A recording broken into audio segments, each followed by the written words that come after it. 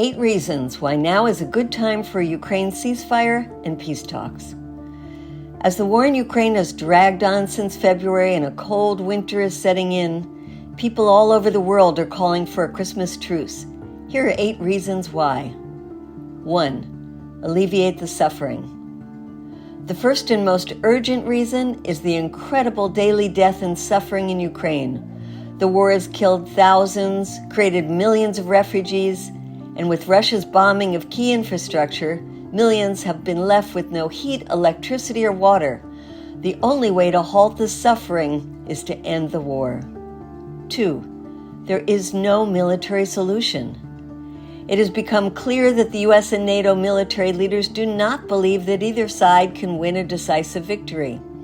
Even Biden's top military advisor, Mark Milley, said that there has to be a mutual recognition that victory is probably not achievable through military means, and suggested that this is a good time for Ukraine to negotiate while it has achieved a position of relative strength.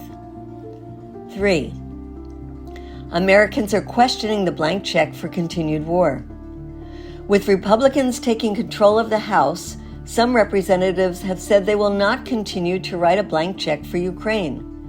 This reflects the growing opposition in the base of the Republican Party and beyond, with more and more Americans saying we should focus on unmet needs here at home instead of spending over $100 billion fueling a continued war in Ukraine.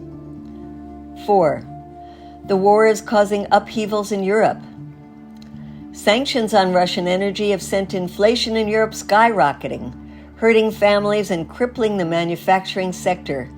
In many countries, people have taken to the streets, angry at their leaders and complaining that U.S. energy and weapons companies are profiting from this war while Europeans are bearing the consequences. 5.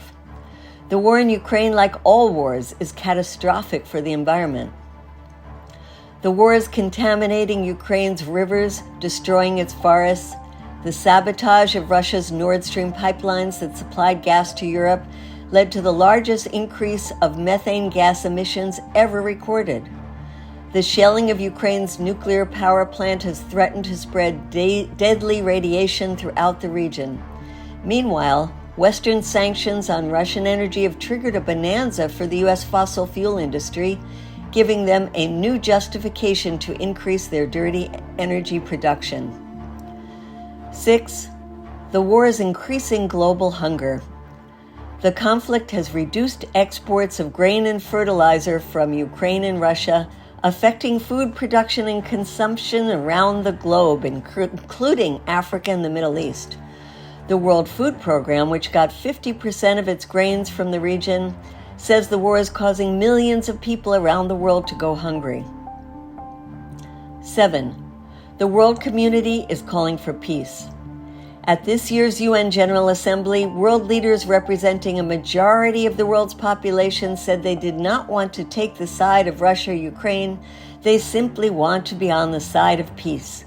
The same sentiment was voiced at the global climate gathering in Egypt, where delegates called on the wealthy countries to invest in addressing the climate crisis, not war. 8. The danger of nuclear war. When a stray Ukrainian missile recently landed in the NATO country of Poland and killed 2 people, we saw just how close we are to a wider war, including a nuclear war.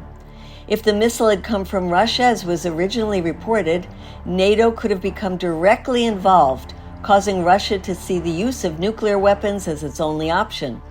This war is bringing us to the brink of a nuclear Armageddon.